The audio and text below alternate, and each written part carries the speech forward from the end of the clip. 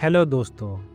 जब आप रात में गहरे अंधेरे में आसमान को देखते हो तो आपके मन में ज़रूर सवाल आया होगा कि ये तारे जो चमक रहे हैं ये कहाँ से आए, हम कहाँ से आए, हम सबका शुरुआत कहाँ से हुआ, यूनिवर्स का शुरुआत कहाँ से हुआ। आज हम बात करने वाले हैं यूनिवर्स के सबसे बड़े राज के बारे में, बिग बैंग थ्योरी। इस वीडियो में हम 3 सबसे इम्पोर्टेंट सवालों के जवाब देंगे। पहला सवाल, बिग बैंग क्या था? दूसरा सवाल, बिग बैंग क्यों हुआ? तीसरा सवाल, बिग बैंग से पहले क्या था? यह वीडियो साइंस बेस्ड है, इमेजिनेशन नहीं, और मैं आपको समझाऊंगा बिल्कुल सिंपल लैंग्वेज में। तो चलिए शुरू करते हैं। अगर आप यूनिवर्स, स्पेस और टाइम के बारे में क्यूरियस हो तो वीडियो एंड तक ज़रूर देखें। बिग बैंग क्या था? सबसे पहले समझते हैं बिग बैंग क्या था। बिग बैंग कोई बॉम्ब ब्लास्ट नहीं था। ये साइंटिफिक थ्योरी है जो बताती है कि यूनिवर्स कैसे स्टार्ट हुआ। लगभग 13.8 अरब वर्ष पहले, मतलब 13.8 बिलियन ईयर्स पहले, पूरा यूनिवर्स एक बहुत ही छोटे जगह में कॉन्सेंट्रेटेड था, जैसे हम कहते हैं सिंगुलैरिटी। सिंगुलैरिटी सिंगुलैरिटी का टेम्परेचर इन्फिनाइट था, डेंसिटी इन्फिनाइट थी, और स्पेस और टाइम का कोई कॉन्सेप्ट नहीं था। फिर अचानक एक मोमेंट आया जहाँ से स्पेस खुद एक्सपैंड होने शुरू हो गया। इसी प्रोसेस को हम बिग बैंग कहते हैं, ना कि ब्लास्ट। सिंपल एग्जाम्पलेशन से समझते हैं कि सोचिए एक बलून है, उस बलून पर छोटे छोटे डॉट्स बने हैं। एक गैलेक्सीज है। मान लीजिए जो छोटे डॉट्स है बलून में, उन्हें आप गैलेक्सीज समझ सकते हैं। जब बलून फूटता है, डॉट्स एक दूसरे से दूर जाने लगते हैं। वैसे ही यूनिवर्स एक्सपैंड हो रहा है। इम्पोर्टेंट पॉइंट, बिग बैंग का मतलब ये नहीं कि गैलेक्सी स्पेस में एक्सप्लोड हुई, बल्कि स्पेस खुद एक्सपैंड हो रहा है। बिग बैंग क्यों हुआ? अब सबसे थॉट क्वेश्चन। सच ये है कि साइंस के पास इसका कंप्लीट आंसर अभी नहीं है, लेकिन कुछ स्ट्रॉन्ग थ्योरी है जो इसे सपोर्ट करती है। Quantum fluctuation.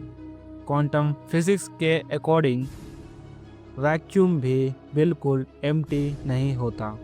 वैक्यूम में भी एनर्जी फ्लक्चुएशन होती रहती है। हो सकता है कि एक माइक्रोस्कोपिक क्वांटम फ्लक्चुएशन ने पूरे यूनिवर्स को जन्म दिया। कुछ नहीं से बहुत कुछ। Inflation theory. इन्फ्लेशन थ्योरी कहती है कि बिग बैंग के तुरंत बाद यूनिवर्स ने एक्सट्रीमली फास्ट एक्सपेंशन की, एक सेकंड के ट्रिलियंस पार्ट में। इसी वजह से यूनिवर्स इतना बड़ा और स्मूथ दिखता है। Energy conservation explanation. Energy conservation, universe का टोटल एनर्जी 0 हो सकता है। मैटर की पॉजिटिव एनर्जी प्लस ग्रेविटी की नेगेटिव एनर्जी 0, मतलब universe free of cost create हो सकता है। अब आते हैं सबसे मिस्टीरियस सवाल, बिग बैंग से पहले क्या था? शॉर्ट आंसर, साइंस के लिए पहले का कॉन्सेप्ट ही एग्जिस्ट नहीं करता। रीज़न मैं बताता हूँ। टाइम खुद बिग बैंग के साथ स्टार्ट हुआ। जैसे नॉर्थ पोल से ऊपर नहीं जा सकते, वैसे ही बिग बैंग से पहले का टाइम डिफाइन करना मुश्किल है। थोड़े आइडियाज़ हैं, सम पॉसिबल आइडियाज़ हैं कि साइकिल यूनिवर्स। यूनिवर्स बार बार बनता और कोलैप्स होता है। एक साइकिल है यूनिवर्स का, फिर से ये बढ़ेगा, यूनिवर्स बार बार बनता और कोलैप्स होता रहेगा।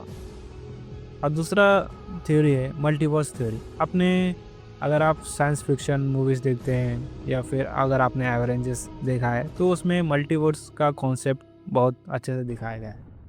हमारा यूनिवर्स सिर्फ एक बबुल है और ऐसे इन्फिनाइट यूनिवर्स हो सकते हैं। मतलब हमारे जैसे यूनिवर्स इस दुनिया में, इस स्पेस में बहुत सारे हो सकते हैं। और तीसरा है लूप क्वांटम कॉस्मोलॉजी। यूनिवर्स एक पहले के यूनिवर्स के कोलैप्स का रिजल्ट हो सकता है। इम्पॉर्टेंट नोट ये है कि ये सब थ्योरीज हैं, फैक्ट्स नहीं, थ्योरीज। तो दोस्तों आज हमने जाना बिग बैंग क्या था, बिग बैंग क्यों हुआ होगा, बिग बैंग से पहले क्या हो सकता है। साइंस का सबसे एक्साइटिंग पार्ट ये है कि हर जवाब नया सवाल पैदा करता है। शायद फ्यूचर में हम इस यूनिवर्स के और बड़े सीक्रेट्स जान पाएंगे। अगर आपको वीडियो पसंद आए तो लाइक, शेयर और सब्सक्राइब ज़रूर करना और कमेंट में लिखना आपको कौन सा क्वेश्चन सबसे ज़्यादा इंटरेस्टिंग लगा।